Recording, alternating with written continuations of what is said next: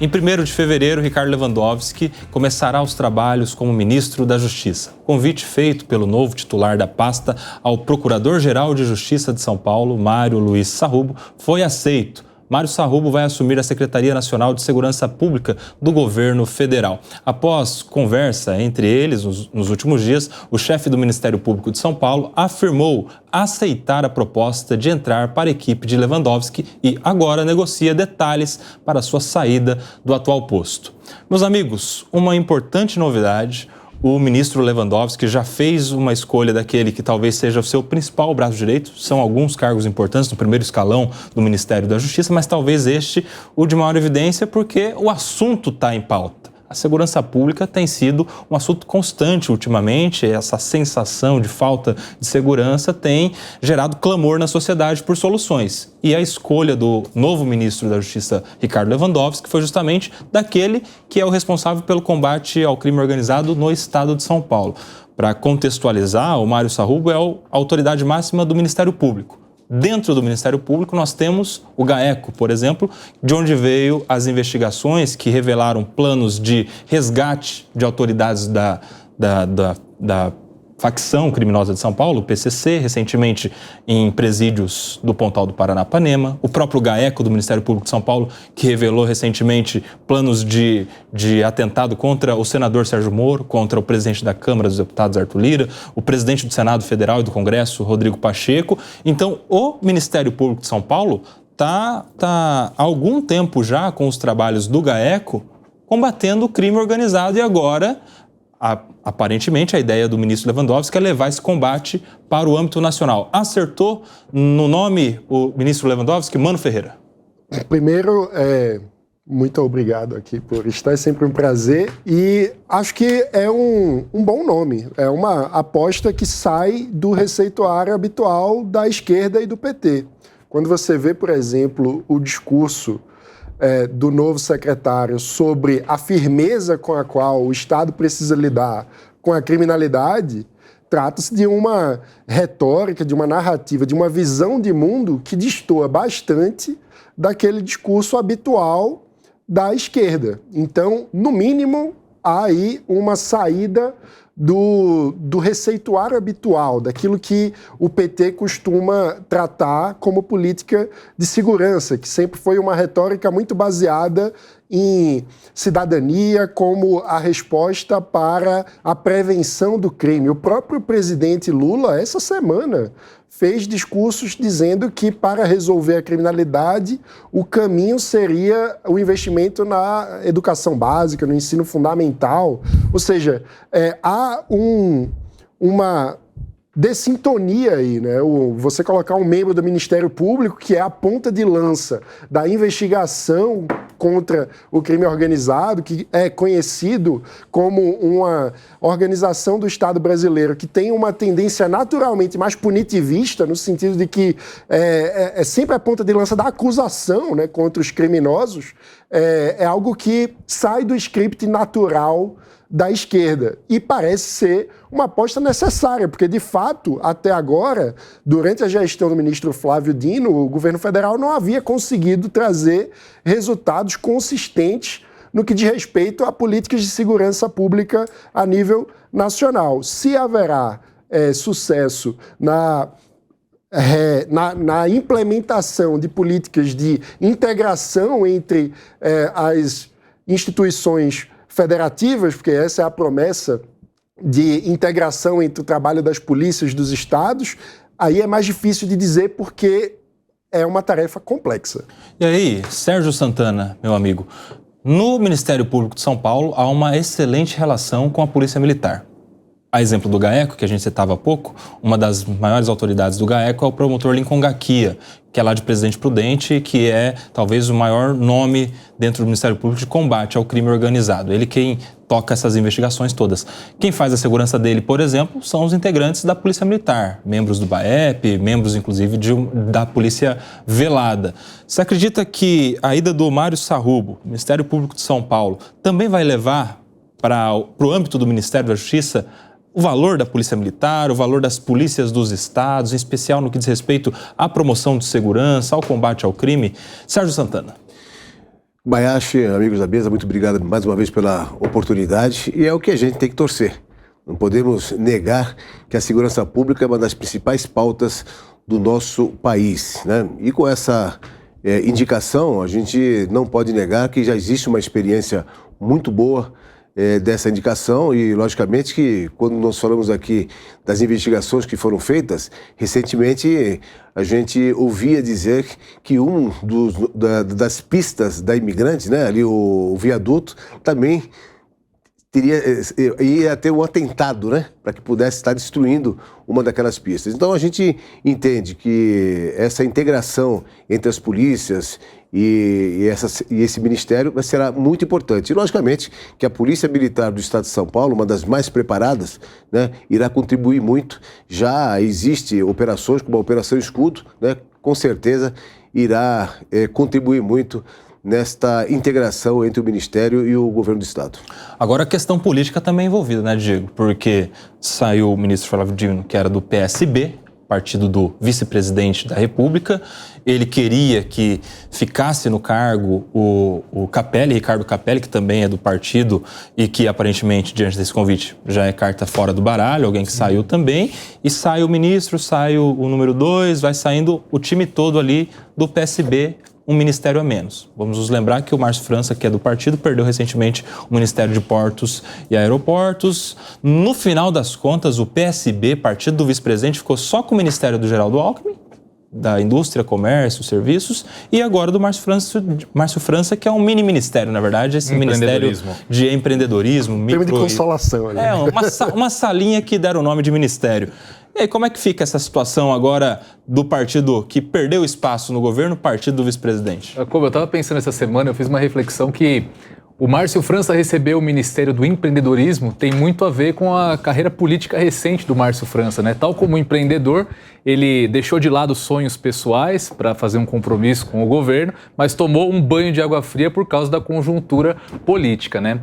A respeito do Ministério da Justiça, eu disse aqui nessa semana que eu vi com bons olhos a indicação do Ricardo Lewandowski e esperava que ele fizesse uma gestão pragmática. E com a indicação do Sarrubo, eu acho que ele já dá um primeiro passo nesse sentido.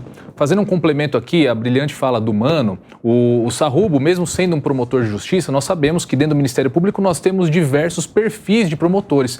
Mas o Lewandowski foi em um promotor, optou por um promotor que tem um perfil linha dura, é reconhecido dentre os próprios colegas como alguém com um perfil mais punitivista. Eu acho que isso é um primeiro passo no sentido de reconhecer que nós temos um grave problema de segurança pública a ser enfrentado. Outro ponto muito importante também, Lewandowski já pediu baixa da nomeação dele no Tribunal do Mercosul, o que indica que ele vai se dedicar exclusivamente às atividades do Ministério. Então, como eu dizia, eu acho que reconhecer um problema grave é o primeiro passo para que nós possamos encontrar uma solução. E acho que o novo ministro acerta muito com a indicação do Sarrubo. Vamos esperar agora para ver qual vai ser a linha de atuação dele como secretário nacional da Segurança Pública. Comandante Robinson Farinaso, Mário Sarrubo vai pegar aí uma batata quente.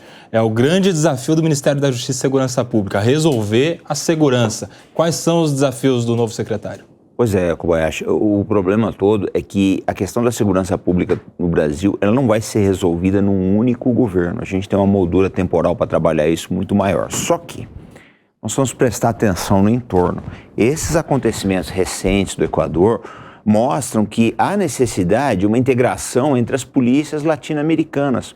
Por quê? Porque o crime hoje, o grande crime, nós não estamos falando aqui do batedor de carteiras da Vida Paulista, nós estamos falando do grande crime mesmo, que infiltra milhares de armas no Brasil, negocia bilhões de dólares em drogas.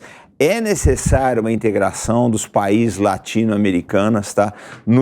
Latino-americanos no sentido de coibir o tráfico de armas, né? O tráfico de drogas e, principalmente, troca de dados de inteligência, além de se fazer uma pressão diplomática, né, de todos os países aqui, junto aos grandes fabricantes de armas, né, que é o que eu falo sempre. Estão onde? Nos Estados Unidos, Bulgária, Israel, Rússia, China, França, etc. Essas armas não são fabricadas, eu digo sempre isso, no Morro do Alemão. Se não fizer uma pressão diplomática em cima desse país para coibir o envio de armas lá, a gente não vai resolver o problema aqui. E olha só, mano, o Sarrubo deu uma entrevista ao Estadão, ele falou o seguinte, abre aspas, é um meio termo que a gente tem que buscar. A força do Estado no combate ao crime, com respeito absoluto aos direitos humanos, à integridade e à dignidade da pessoa. Como é que ele consegue colocar na balança esses assuntos que são, de certa maneira, contaminados pela ideologia política, né? A gente tem hoje no Brasil uma direita muito punitivista, uma esquerda muito garantista, às vezes com exageros de ambos os lados, e vai caber a ele agora justamente esse equilíbrio, esse desafio. Exatamente. Eu diria, Koba, que a resposta verdadeira não está nem num extremo nem no outro, né? Ou seja, bandido você não tem que passar a mão na cabeça, mas você tem que se comportar como Estado respeitando a lei e não como bandido. Então, para que a gente possa, de fato, coibir o crime, nós precisamos de forças de segurança que respeitam a lei e a ordem, que, portanto, seguem a legislação. E nossa legislação prevê direitos humanos. O papel das forças de segurança é exatamente ser a grande garantidora dos direitos humanos. Um problema também é que, muitas vezes, no discurso político e ideológico no Brasil, as pessoas esquecem que, quando a gente está falando de direitos humanos, a gente está falando do direito do cidadão de não ser roubado, de não ser morto. Tudo isso é direito humano. E acaba, no discurso polarizado, no discurso das brigas eleitorais, isso acaba sendo colocado de lado, como se direitos humanos fosse só uma questão de dar conforto para bandido, e não tem nada a ver com isso. A gente precisa ter a lei sendo rigorosamente seguida pelas forças de segurança para ter o combate efetivo ao crime. Agora eu quero a opinião de vocês, porque a gente viu acontecendo aí recentemente no Equador uma rebelião contra a força do Estado, contra o crime organizado, enfim, talvez fora do tempo, porque deixou crescer demais para depois combater e aí está sendo engolido pela força criminosa das facções. Vocês acreditam que, se o Sarrubo for muito linha dura no Ministério da Justiça, em âmbito nacional, a gente possa ver uma reação das facções criminosas, como aconteceu aqui em São Paulo em 2006 e depois com algum ensaio em 2012, 2013? Você acredita, Robson Farinazzo? Não, de forma alguma. Eu já falei, o que eu torno a dizer para vocês, você não faz o combate ao crime organizado, o tamanho que ele está hoje, sem uma rede de inteligência internacional, sem pressão diplomática. Por quê? Eu vou te dar um exemplo, é bem simples. É o que eu falo sempre, gente. Nós não estamos falando aqui do batedor de carteira, tá? Estou falando do grande crime. O batedor de carteira é fácil você combater, você encarcera ele. O grande criminoso não, porque ele compra juiz, ele compra político. Já se apurou aí que tem organizações criminosas que têm patrocinado faculdade de muita gente para fazer concurso depois. Então o que você precisa fazer? É muito difícil, a gente está brincando com a inteligência do público quando você fala que o cara lá do Morro Dona Marta, que ele tem condições, ele sabe fazer uma transação internacional para fazer fuzil da Bélgica. Ele não sabe, alguém facilita isso para ele. E, geralmente quem facilitou não está no Brasil. Então eu falo, gente, se não tiver uma pressão diplomática externa muito grande e um combate, né, aí munido dos órgãos de inteligência, para fazer apreensão de ativos financeiros, né, para combater a lavagem de dinheiro e principalmente entender como é que funcionam essas rotas internacionais de ida e vinda, que vem armamento e vai droga. A gente não chega em lugar nenhum. É um trabalho muito maior que puramente o Ministério da Justiça. Precisa envolver o Itamaraty e a Presidência da República. Sérgio Santana, quero te ouvir também.